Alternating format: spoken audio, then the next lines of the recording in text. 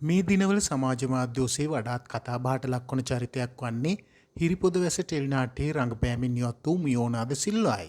එසේ මේ වන විට ඇයට එරෙහිව නොයෙකුත් චෝදනා එල්ල වෙද්දී ඇය ලස්සන ඡායාරූප එකතුවක් සමග සටහනක්ද එක් කර තිබුණා. ඒ සීතා නමින්. ඒ සමගම පළව තිබූ සටහනයි මේ. මේ සීතා කිසිදා සාමාන්‍ය කෙනෙක් නොවුණා. ඇය දිව්‍යම වුණා. රාවණායව රැගෙන ගියේ ඇය දුර්වල නිසා නොව අන්ධකාරය ආලෝකයේ සෝබාදහම් පවා ඇයට ආදරය කළ නිසාවෙන්. වහල්භාවයේදී ඇගේ ශරීරය සීමා කළා.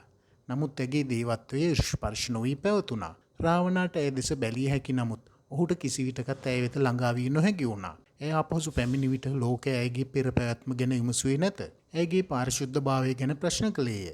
සීතා තර්ක කළේ නැත. ඇය හැඬුවේත් නැත. අවමන් හමුවේ සැලුනේද නැත.